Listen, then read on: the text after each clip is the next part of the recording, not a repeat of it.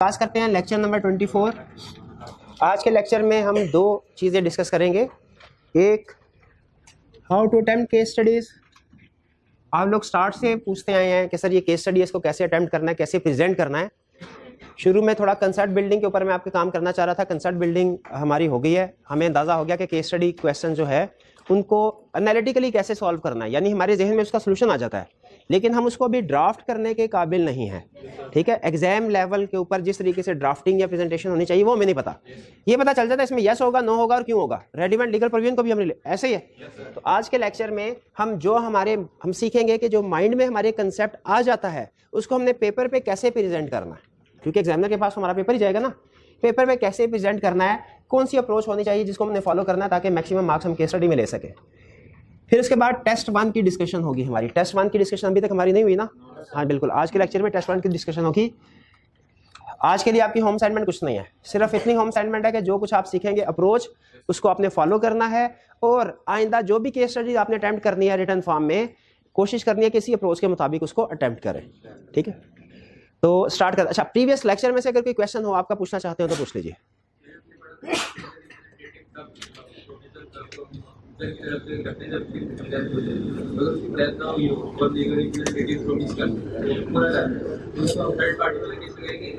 जी, जो legal representative है वो बेसिकली आता है सामने जब डेथ हो जाए प्रोमिसर की।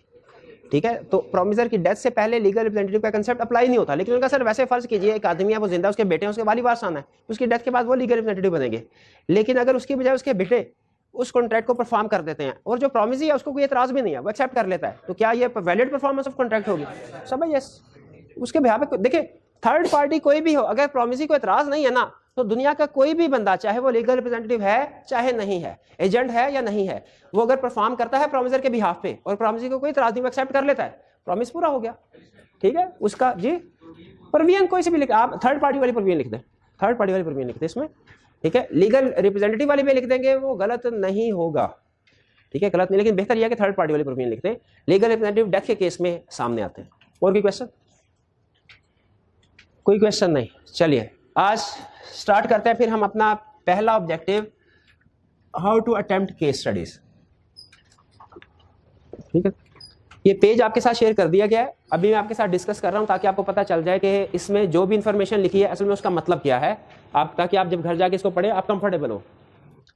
How to solve case study of business law. अच्छा, ये जहन में रखिएगा, बहुत से सब्जेक्ट्स ऐसे हैं जिनमें केस स्टडीज टेस्ट की जाती हैं।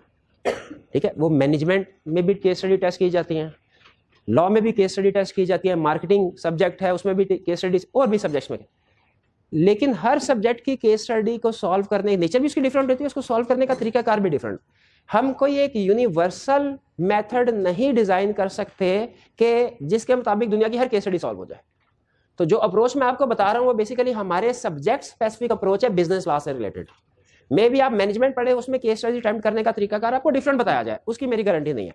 मैं सिर्फ अपने सब्जेक्ट से रिलेटेड आपको केस स्टडीज बता रहा हूं कि किस तरीके से आपने अटेम्प्ट करनी है बिजनेस लॉ की केस स्टडीज।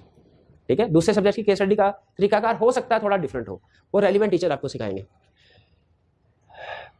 दो स्टेप्स हैं केस स्टडीज को अटेम्प्ट करने के लिए। हमने इस अप्रोच को दो स्टेप्स में, एक, identify whether it is a case study और क्वेश्चन ऑफ रिप्रोडक्शन।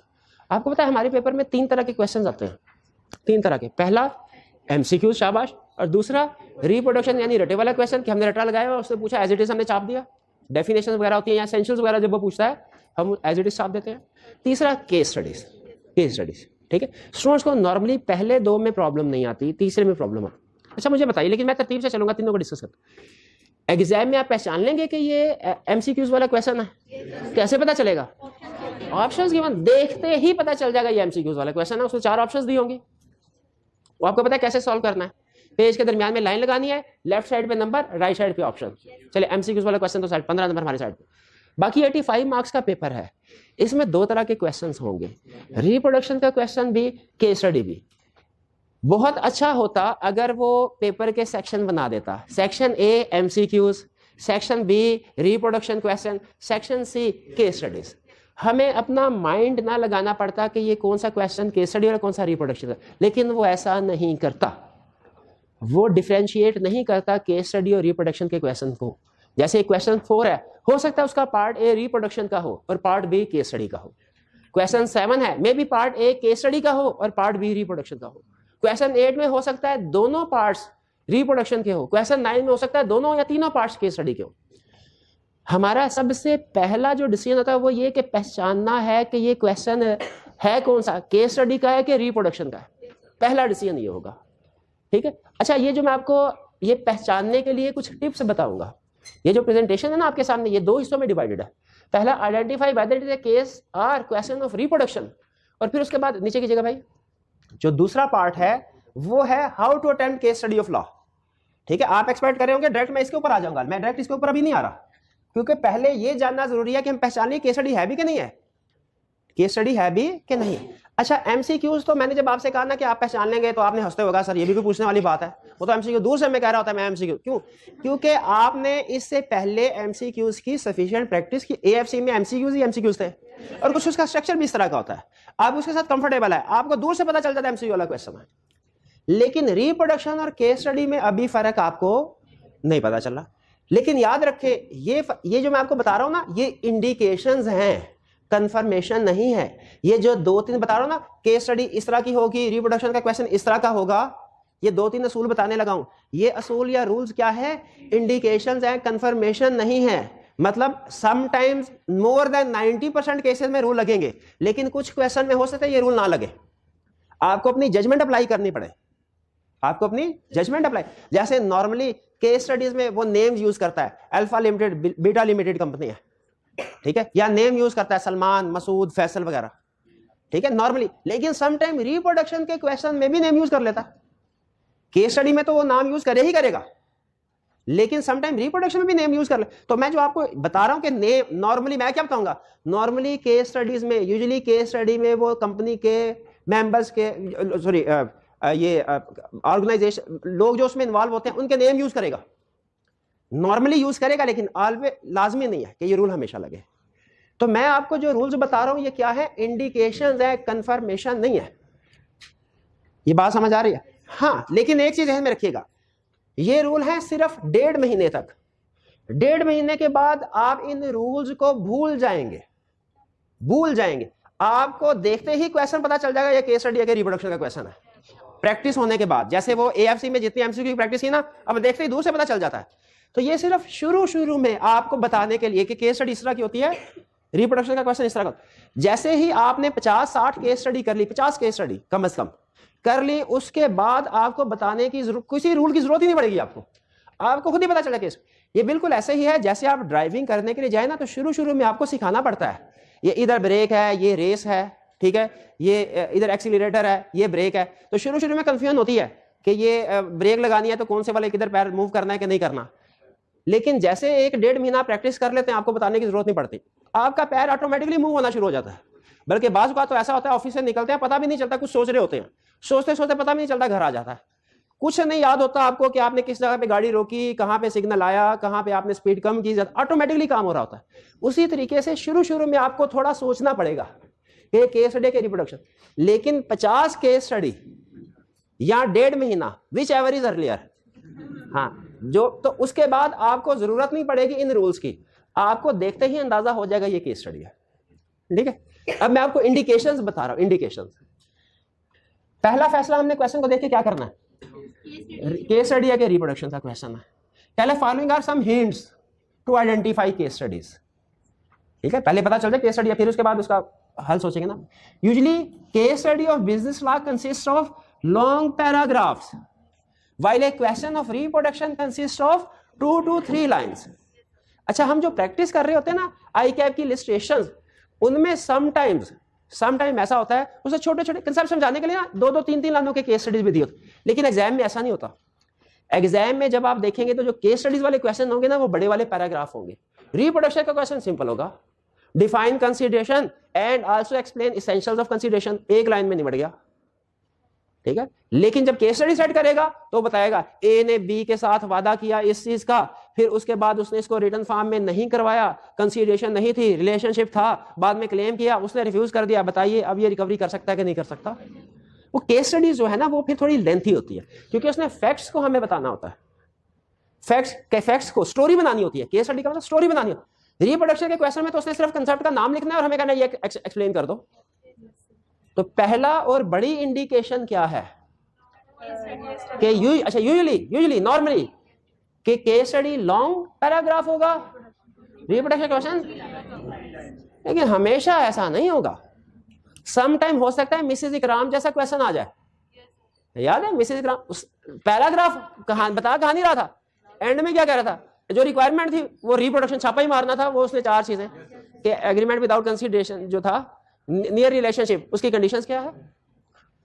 तो बाज़ औक़ात ऐसा होगा, लेकिन मोर देन 90% केसेस में क्या होगा भला कि केस लॉन्ग पैराग्राफ है, फौरन मैसेज आ जाए ये केस स्टडी लग रही है, और 2-3 लाइनें हैं रिप्रोडक्शन का क्वेश्चन। क्लियर होगी ये चीज?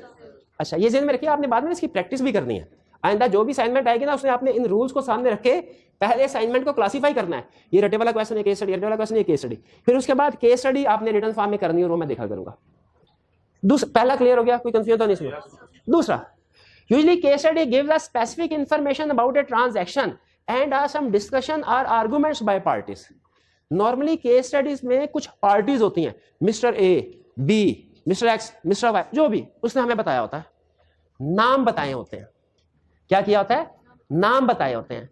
और स्पेसिफिक इंफॉर्मेशन से मुराद यही है कि पार्टीज का नाम बताया, और ट्रांजैक्शन के बारे में बताया होता है कि इन दोनों के दरमियान में डीलिंग क्या हुई है। कॉन्ट्रैक्ट एड आपको पता है सारा का सारा रिलेट ही सेल परचेज से कर रहा होता है, लेने देने से कर रहा होता है। तो पार्टीज के बारे में बताया होगा, उनके दरमियान में जो लेन देन है उसके बारे में जिक्र किया होगा, ठीक है। और सम टाइम पार्टीज की आपस में कुछ डिस्कशन होगी, आर्गुमेंट्स होंगे।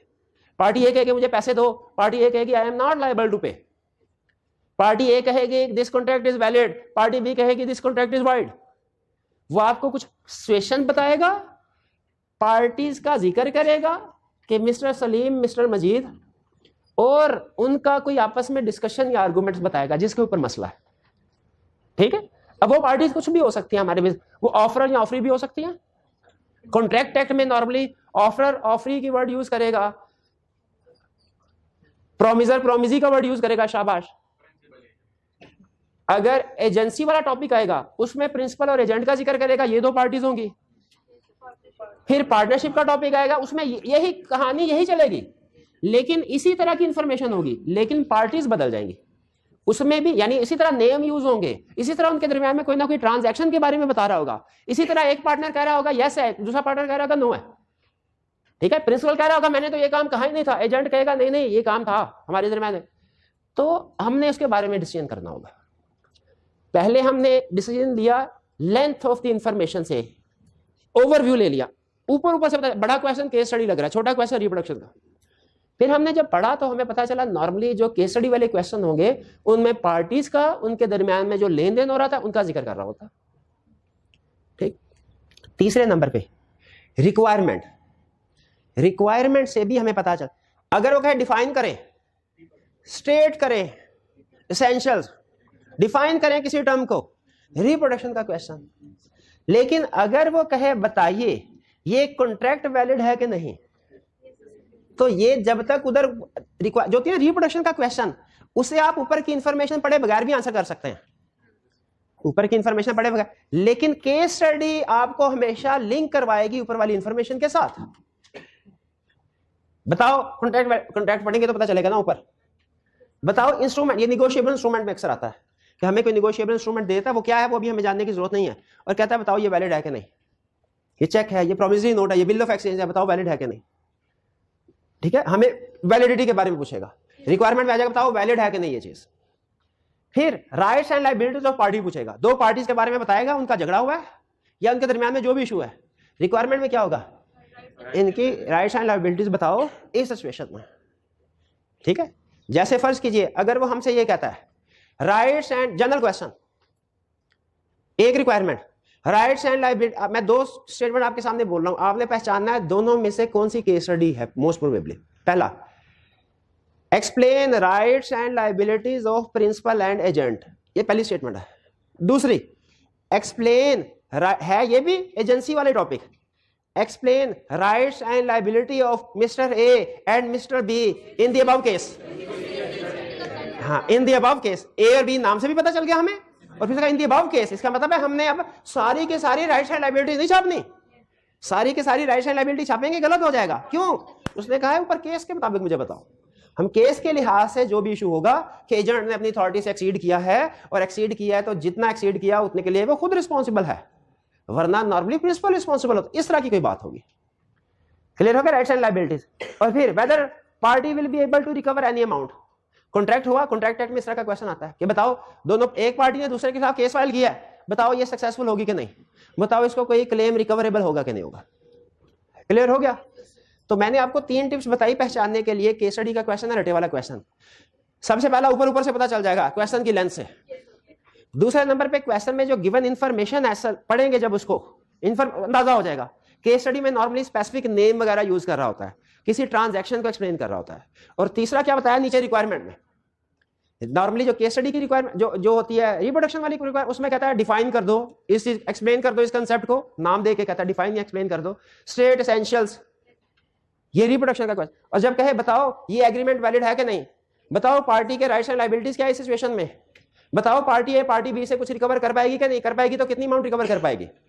Case study. क्लियर हो गया ये? चलिए अब आगे चला।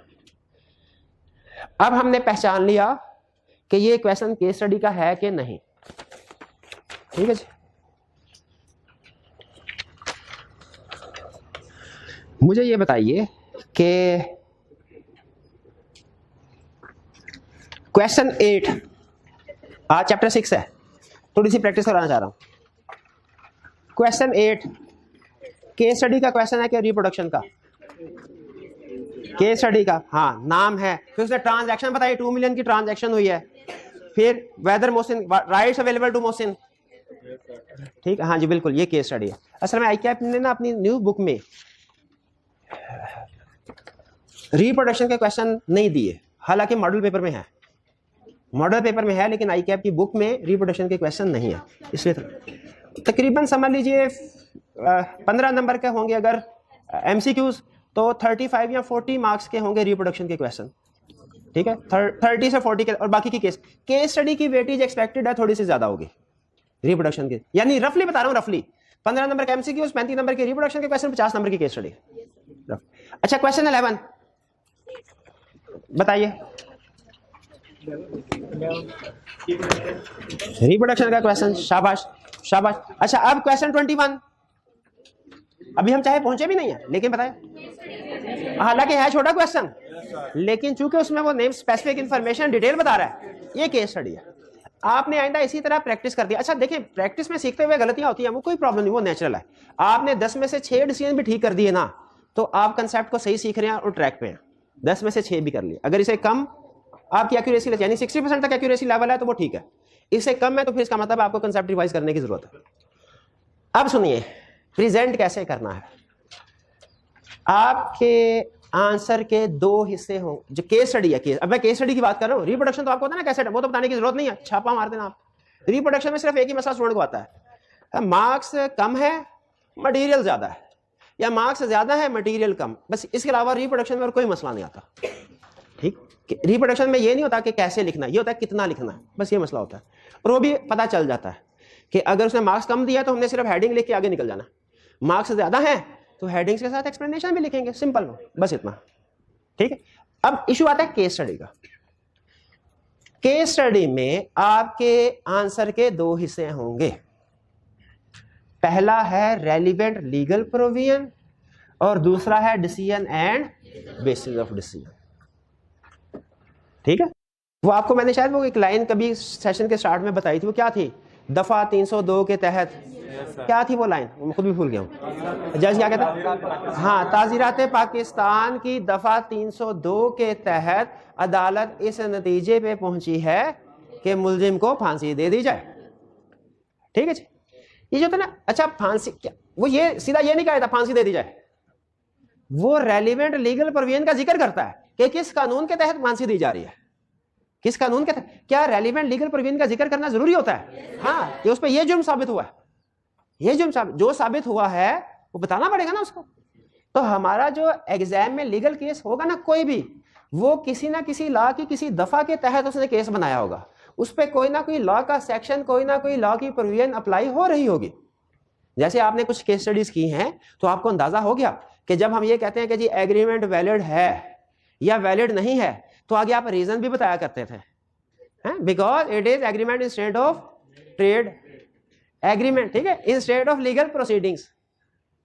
तो रेलिवेंट कंसेप्ट बताना, एग्री करते हैं, इसे बताना चाहिए। तो हमारी केस स्टडी के दो पार्ट्स होंगे। पहला पार्ट क्या है? Relevant legal provision. दूसरा है decision and basis. Relevant legal provision में हम वो लीगल प्रोविजन लिखेंगे जिसके गिर्द क्वेश्चन घूम रहा है, जिसके गिर्द क्वेश्चन घूम रहा है। जैसे ए ने बी से कहा भाईजान ये पैसे पकड़ो और आइंदा इस जगह पे कारोबार ना करा, तो लीगल प्रोविजन में क्या आएगा?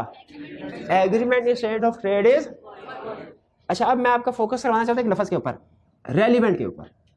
लीगल प्रोविजन में लिखा, रेलिवेंट में लिखा, एक स्टूडेंट कहने लगा सर ये वाइड एग्रीमेंट होता है। बिल्कुल सर, लीगल प्रोविजन में जितने भी वाइड एग्रीमेंट्स हैं वो सारा वो कंसेप्ट हमने पढ़ा, वो सारे लिख देते हैं ना। एग्रीमेंट स्टेट ऑफ मैरिज भी वाइड है, एग्रीमेंट स्टेट ऑफ ट्रेड भी वाइड है, agreement state of legal proceeding भी वाइड है, एग्रीमेंट विदाउट कंसीडरेशन भी वाइड है, agreement to do impossible thing भी वाइड है, agreement to do illegal things भी वाइड। सर सारे लिख देते हैं ना।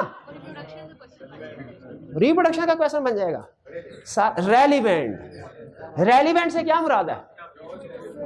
जिस पे केस खड़ा, जिस पे वो चेक कर रहा है, जिसके गिर्द क्वेश्चन ड्राफ्ट के। रेलिवेंट प्रोविजन सिर्फ प्रोड्यूस करनी है, एक या दो लाइन, ठीक है, या जितनी भी हो रेलिवेंट। हाँ, कुछ केसेस में रेलिवेंट लीगल प्रोविजन एक से ज्यादा हो सकती हैं, लेकिन इसका चांस बहुत ही कम है, 3% या उससे लेस, बहुत कम ऐसा होता है।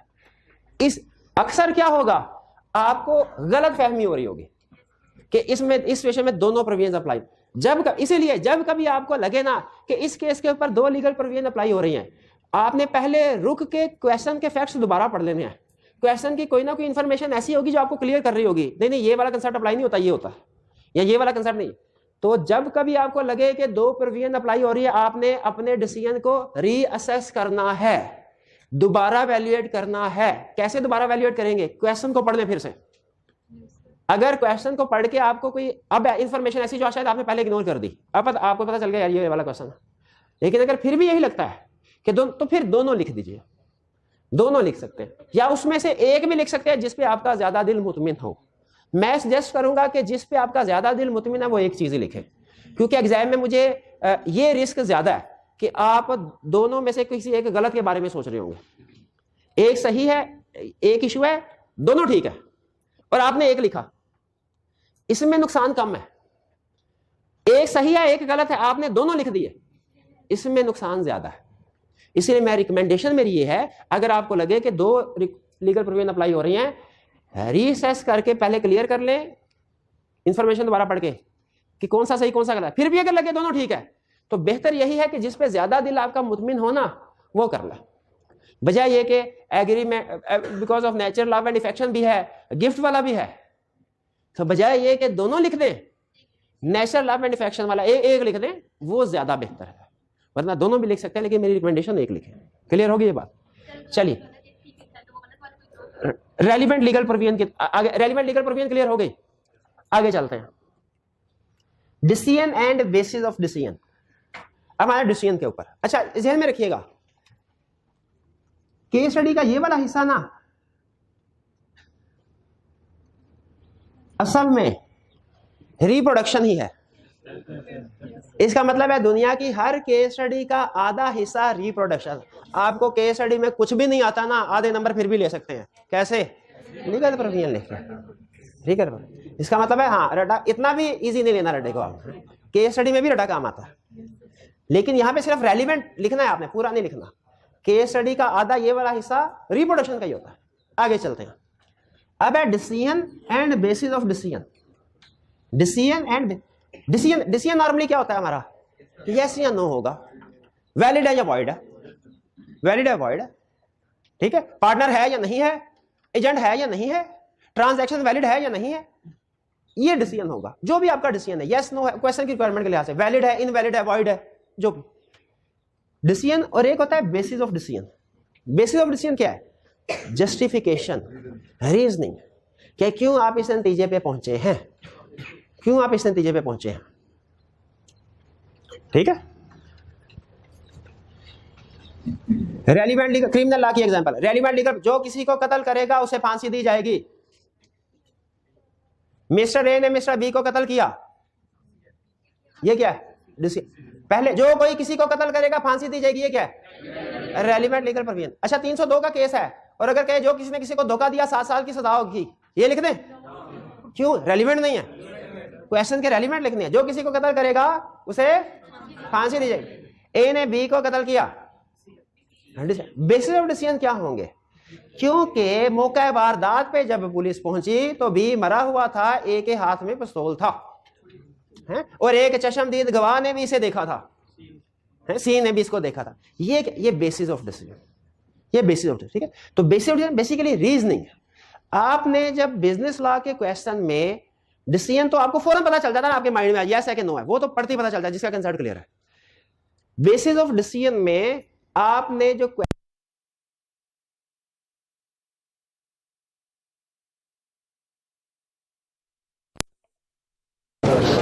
जी, तो बेसिस डिसीजन तो आप इजीली यस नो कर लेंगे। बेसिस ऑफ डिसीजन में आपने क्वेश्चन के अंदर जो उसने इंफॉर्मेशन बताई हुई है उसको उठाना है और लीगल प्रोविजन के साथ मैच करना है। क्या क्वेश्चन की इंफॉर्मेशन हमारी लीगल प्रोविजन के ऊपर पूरा फिट बैठती है? अगर तो पूरा फिट बैठती है, इसका मतलब है जो लीगल प्रोविजन कहती है करो, हम वो नीचे वो कर। लेकिन अगर डिफरेंस है तो हम कह देंगे चूंकि लॉ की इस रिक्वायरमेंट की वायलेशन हो रही है इसलिए ये एग्रीमेंट वॉइड है। यानी बेसिस ऑफ डिसीजन में आपने क्वेश्चन के स्पेसिफिक फैक्ट्स को डिस्कस करना है। क्वेश्चन में उसने कहा मंसूर, साजिद, इन्होंने आपस में एग्रीमेंट किया, आपके पार्टीज के नेम, ट्रांजैक्शंस की डिटेल, क्या ट्रांजैक्शन था, टर्म एंड कंडीशन क्या थी, ये रेलिवेंट लीगल प्रोविजन में नहीं आएंगे, ये डिसीजन में नहीं आएंगे। ये सारी डिटेल कहां आएगी? बेसिस ऑफ डिसीजन में। बेसिस ऑफ डिसीजन क्या कह रहा है? रेलिवेंट लीगल प्रोविजन में कह रहा है think about the chapter and learning objective on which this case is based. आपने केस को पढ़ना है, सोचना है ये किस चैप्टर से उसने उठाया है, ये किस लर्निंग ऑब्जेक्टिव से उसने उठाया है। चैप्टर ना भी रहे याद, कम से कम कंसेप्ट या लर्निंग ऑब्जेक्टिव याद रहे। मिसेस इकराम वाला केस आया, मुझे चैप्टर नंबर नहीं याद, 3 था कि 4 था, लेकिन मुझे इतना याद है ये एग्रीमेंट विदाउट कंसीडरेशन वाला टॉपिक है। जो स्टूडेंट थोड़ा उन्होंने अच्छी तैयारी की होती है उन्हें चैप्टर भी याद रहता है। चैप्टर याद तो अच्छी बात है ना, तो कोई मसला नहीं। ज्यादा हम क्या है? Learning objective. क्या आपको पता चले किस लर्निंग ऑब्जेक्टिव से उसने पूछा है? उसने कहा ए और बी ने एग्री किया कि हम वायलेशन होगी तो एक दूसरे के खिलाफ कोई केस फाइल नहीं करेंगे। अब ये मुझे याद नहीं कि वाइड एग्रीमेंट्स किस चैप्टर में डिस्कस हुआ था, कोई मसला नहीं, कम से कम मुझे लर्निंग ऑब्जेक्टिव पता चल जाए। Agreement in state of legal proceedings are void, यहां पे ये लिखें। फिर यहां पे क्या लिखा डिसीजन में? This agreement is wide because agreeing not to file suit with each other in case of breach of contract is agreement in state of legal proceeding। अब ये जो मैंने स्टेटमेंट उठाई not to file, agreeing not to file के in case of, ये कहां से उठाई वाला? ये क्वेश्चन में मौजूद है, क्वेश्चन में मौजूद है, ठीक है। तो पहले आपने करेक्ट, जो स्टूडेंट करेक्ट लर्निंग ऑब्जेक्टिव पे पहुंच जाता है ना उसकी आधी केस स्टडी सॉल्व हो जाती है।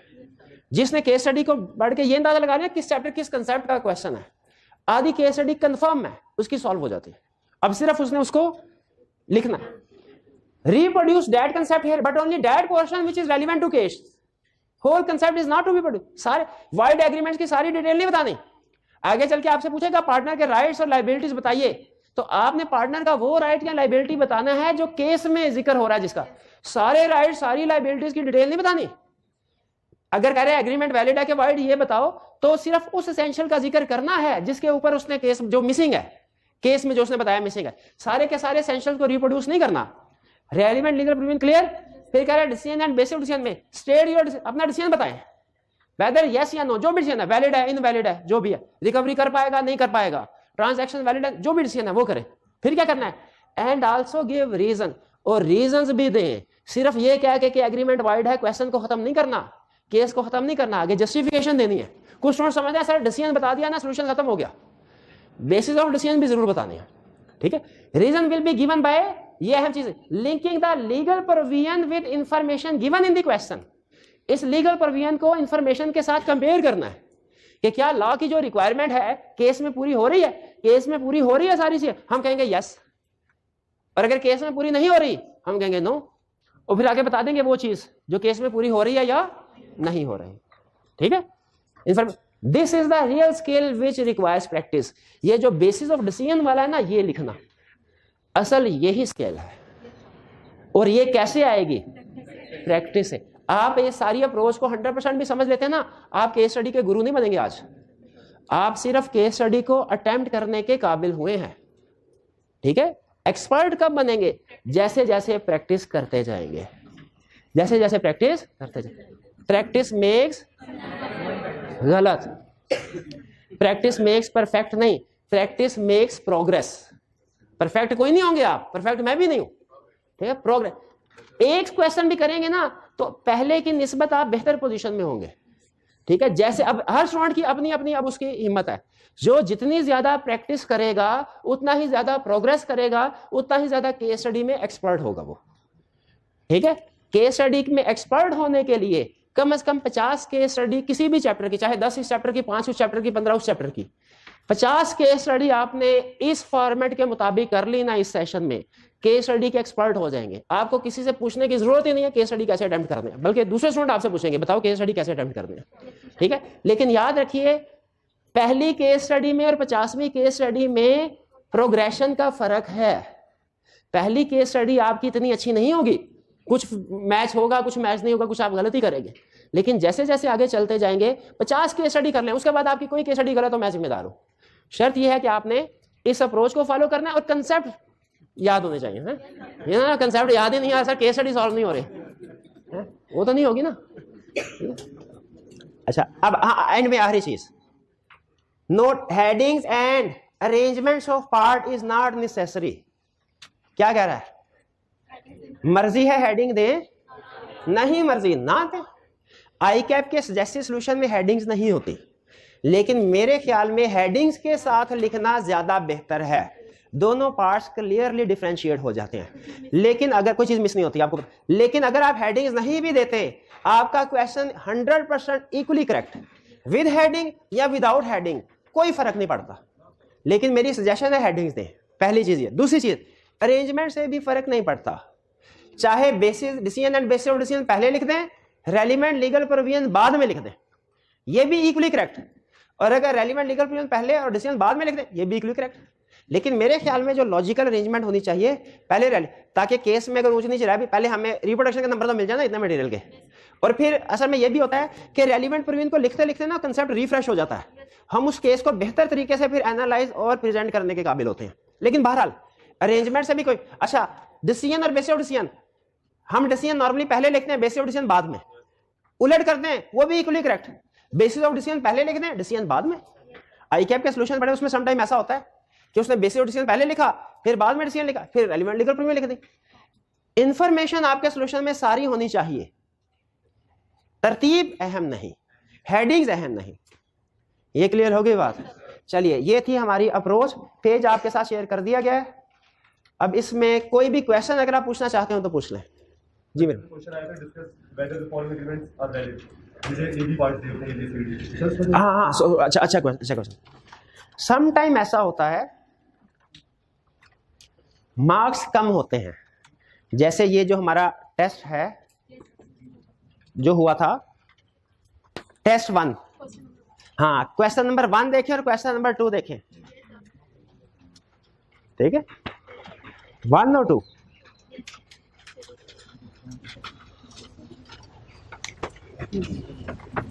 इसमें उसने 2-2 नंबर के क्वेश्चन पूछा, केस स्टडी पूछी हुई है।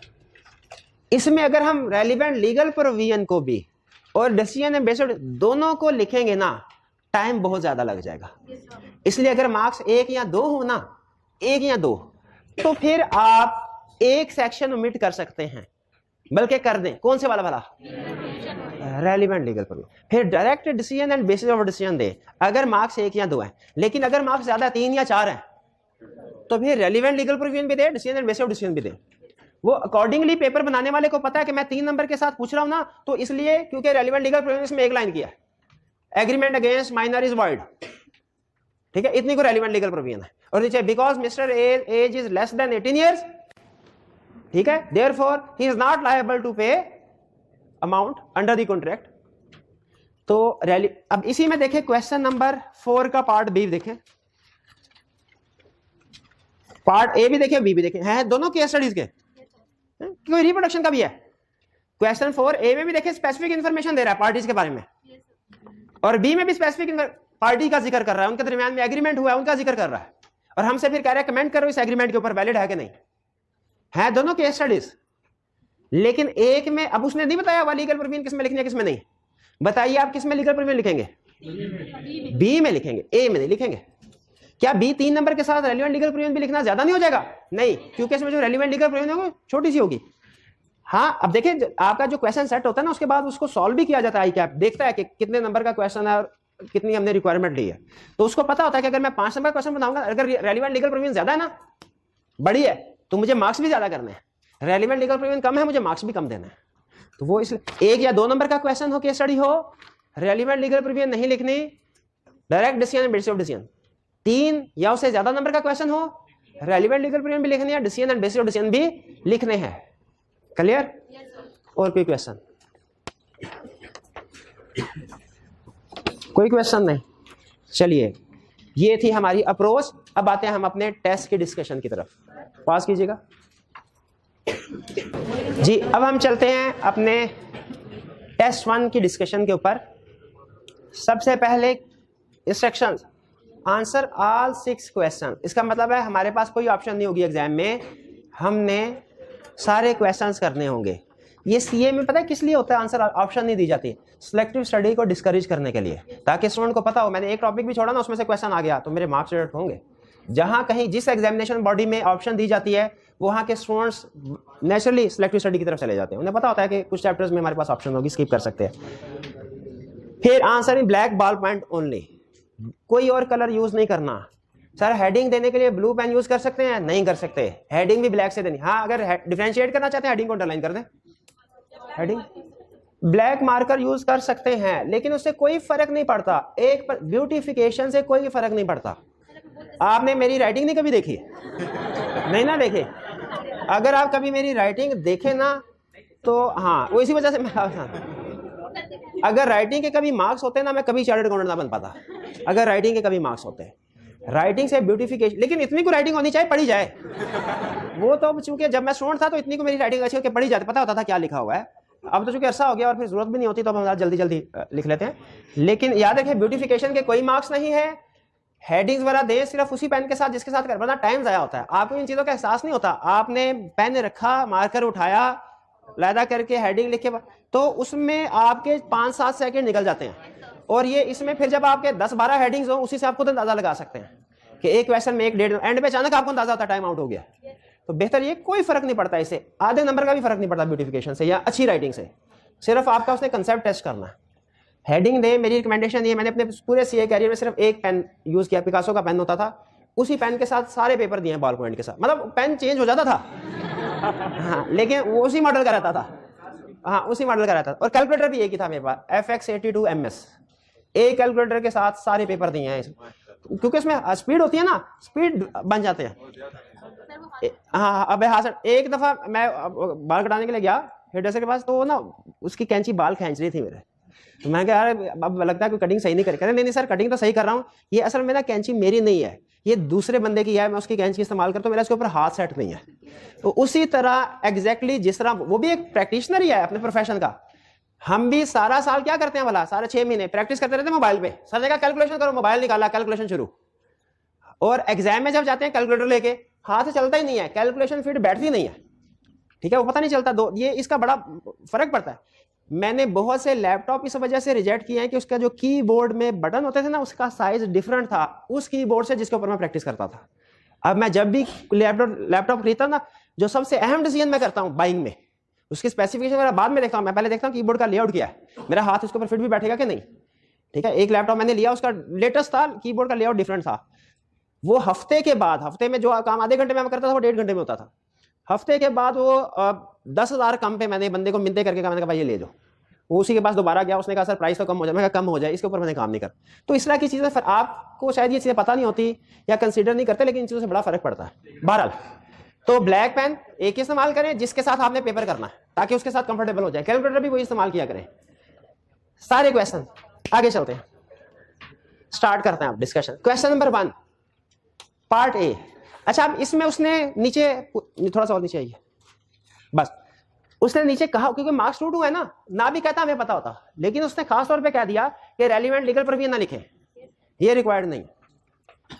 X polished Y shoes without being asked by Y to do so. Y does not make any attempt to stop X from polishing the shoes. Is Y bound to make payment? अच्छा, अपना मैं इसमें आपकी practice करवाना चाह रहा हूँ। उससे होगा ये कि इसके साथ साथ टेस्ट की डिस्कशन के साथ साथ आपकी जो केस स्टडी की अप्रोच है वो भी रिफाइन होती जाएगी, लेकिन नुकसान उससे होगा क्या, हमारा एक लेक्चर एक्स्ट्रा लग जाएगा, टाइम थोड़ा ज्यादा लग जाएगा। पक्की बात है, कोई बात। रिप्रोडक्शन का क्वेश्चन है कि केस स्टडी का, भाई है तो छोटा सा क्वेश्चन के फैक्ट्स बता रहा है, स्पेसिफिक ट्रांजैक्शन का जिक्र कर रहा है, ठीक है। Is Y bound to make payment to X? Yes. अच्छा, कौन सा कंसेप्ट है? हाँ, इम्प्लाइड ऑफर, इम्प्लाइड एक्सेप्टेंस वाला। मुझे चैप्टर नंबर याद नहीं है, लेकिन मुझे इतना याद है, ठीक है, ठीक, चलिए ठीक। अब मैंने रेलिवेंट लीगल प्रोविजन में क्या लिखना है? फर्ज कीजिएगा रेलिवेंट लीगल प्रोविजन होती है, फिर आप क्या लिखते हैं? हाँ, implied acceptance can also be implied, या इम्प्लाइड एक्सेप्टेंस इज वैलिड, या यूं कह लें कि इफ कंसिडरेशन इज रिसीव्ड, ठीक है, then party is bound to make payment. आप अपने अल्फाज के अंदर उस रेलिवेंट लीगल प्रोविजन को लिख सकते हैं, ठीक है। फिर इसके बाद decision and base of decision. Decision क्या है? पेमेंट करनी है कि नहीं? बाउंड टू पे। क्यों? बिकॉज अब यहां पे पार्टीज का नाम लिखना है, because Y has enjoyed services of X and he did not stop it. He did not stop X. ठीक है, तो ये पेमेंट करने के लिए लायबल है। हमने डिसीजन भी कर दिया, बेसिस ऑफ डिसीजन भी क्लियर। नेक्स्ट चलते हैं क्वेश्चन की तरफ। B, X Limited was appointed as an agent by Y Limited by an agreement. One of the clauses of the agreement provided. अच्छा, इसमें स्टूडेंट्स के ना दो ग्रुप बन जाते हैं, हमने दोनों को ओके कर दिया। सोल्यूशन में आपने देखा होगा दो अल्टरनेट सोल्यूशन दिए हुए। एग्रीमेंट प्रोवाइडेड, एग्रीमेंट में क्या लिखा हुआ था? एजेंसी की agreement. This agreement is not entered into as a formal और legal agreement and shall not be subject to legal jurisdiction in the law courts. मतलब समझ आ रहा है कि इस एग्रीमेंट में हम कोई फॉर्मल लीगल एग्रीमेंट नहीं कर रहे और ये कोई लॉ कोर्ट्स वगैरह में इस नहीं जाएंगे, ये प्रेजेंट नहीं होगा case. Is this agreement A valid contract? अच्छा, पहले मुझे ये बताइए कितने स्टूडेंट्स का ख्याल है कि ये है intention to create legal relationship? नहीं है इसमें intention to create legal relationship वाला केस में नहीं। कितने स्टूडेंट्स का ख्याल है agreement instant of legal proceedings है? Agreement instant of legal proceedings. अच्छा, मेरे ख्याल में जो मेरा पर्सन, मुझे agreement instant of legal proceedings नहीं लग रहा, मुझे भी ज्यादातर स्टूडेंट्स ने यही कहा एग्रीमेंट। लेकिन कुछ स्टूडेंट्स का क्या था, सर उसने तो क्लियरली मेंशन नहीं किया हुआ ना, तो इसमें तो ये पता चल रहा है उसके ये अल्फाज कि कोर्ट में नहीं जाएंगे, तो intention to create legal relationship नहीं है, तो हमने दोनों को ओके कर दिया। लेकिन मेरे ख्याल में ज्यादा बेहतर इसका सोल्यूशन क्या भला? Agreement instant of legal proceeding is void, इसीलिए ये वाली प्रोविजन वॉइड। यानी पार्टी ये कॉन्ट्रैक्ट कोर्ट में जा सकता है कि नहीं जा सकता? जा सकता है।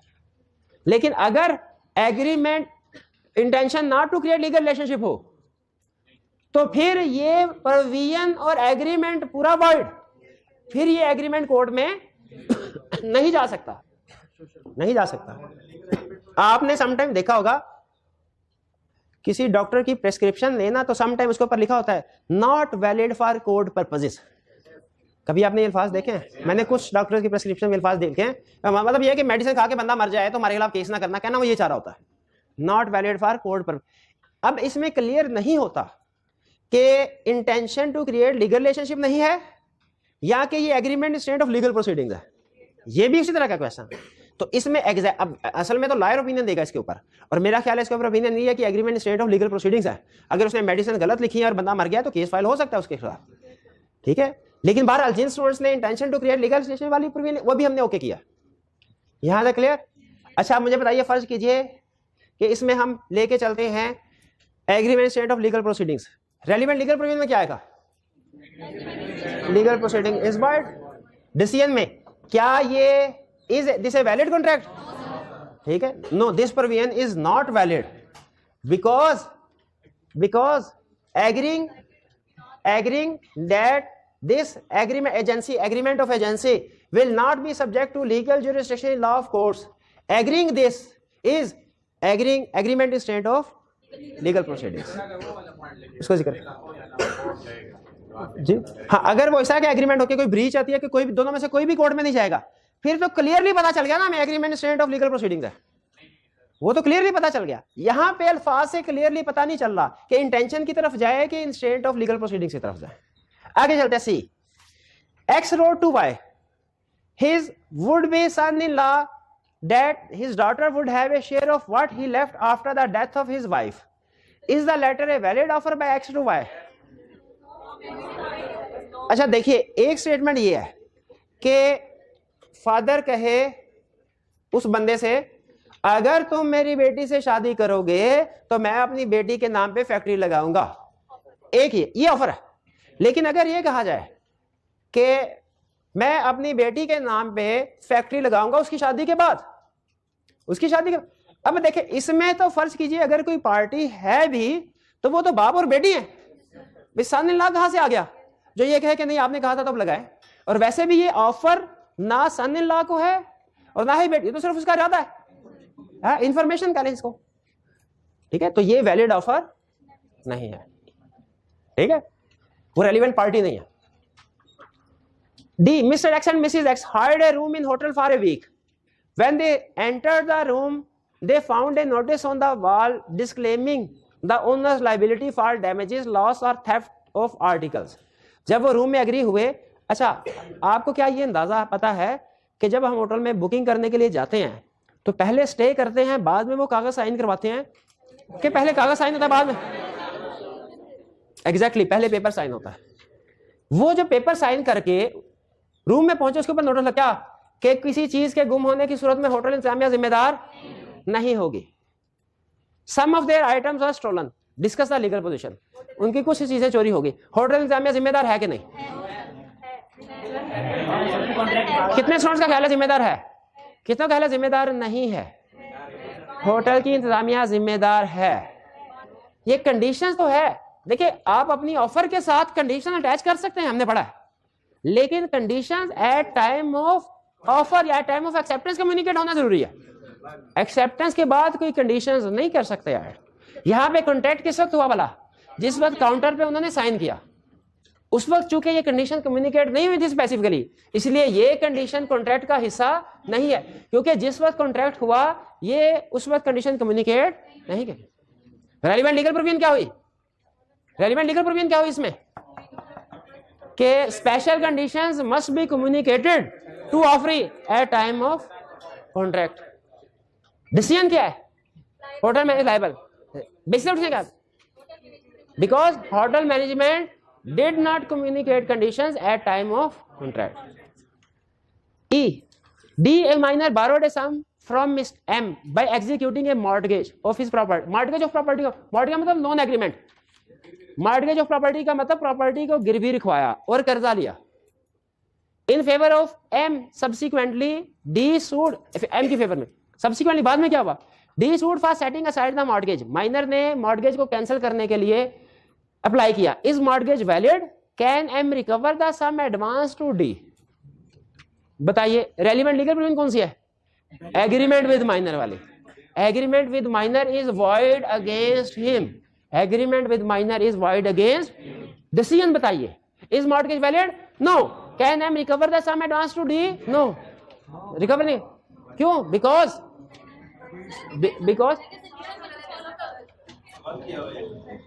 नहीं मॉर्गेज वैलिड नहीं। एक मिनट है, रिकवर नहीं, एक मिनट है। अच्छा मैं जिस तरीके से लेके चलना उस तरीके से चलें। मॉर्गेज वैलिड है, एम रिकवरी करवा सकता है डी से? क्यों नहीं? बेसिक आंसर नो, क्योंकि agreement against minor is void because D is minor and this D cannot be held liable to pay any amount. Liable to, ठीक है, याद रखें अगर ये necessity of life होती ना तो फिर रिकवरी हो सकती है। necessity of life नहीं है, रिकवरी नहीं। लेकिन अगर जो डी ने उधार लिया है अभी उसमें से कुछ पैसे इसके पास हो रिकवर करवा सकता है। वो रिकवर करवा। देखिए यही लिखा हुआ है कि जो मनी लेफ्ट है, ये वही केस है, वो BMW वाला, वो कहाँ था, बिलियनियर वाला, वो बेटा गया और माइनर था और गाड़ी ले आया, अब शॉपकीपर है, क्या वालिद लायबल है, क्या माइनर लायबल है? क्यों? क्योंकि नेसेसिटी ऑफ लाइफ नहीं थी। हाँ, लेकिन जो गाड़ी उसके पास पड़ी, जो भी उसका इंजर पिंजर बाकी बचा है, हाँ जो भी है, वो वापस लेके जा सकता है, जो उसके पास, तो अगर इसके पास पैसे बचे हैं तो वो लेके, वरना पैसे नहीं बचे तो नहीं लेके जा। यही लिखा होगा कि जो अगर पैसे बचे हुए हैं वो लेके जा, वरना कुछ भी नहीं मिलेगा। मैं क्लियर ये? चलिए मेरा ख्याल है इसको यहाँ पे करते हैं स्टॉप, और बाकी कल कंटिन्यू करते हैं। लेकिन आपने काम करना है, अब इसमें से निशान लगा के लाने हैं कौन कौन सी केस स्टडी, कौन सा रिप्रोडक्शन का क्वेश्चन, और अपने माइंड में सारी केस स्टडीज है, सारी का लगा दीजिएगा केस स्टडी, सारी के साथ लिखते हैं, इसके साथ भी केस एक एक करके कम से कम अच्छा इवैल्यूएट तो करें कि मैंने जो आपको पढ़ाया सही पढ़ाया कि नहीं पढ़ाया, क्या जो निशानियां बताई थी वो पूरी उसको देख के आप डिसीजन कर पा रहे हैं कि नहीं कर पा रहे? नहीं, ये आपने चेक करने के बाद यस नो करना है। हाँ जी, चलिए आज का लेक्चर यहाँ पे खत्म करते हैं। अल्लाह हाफिज।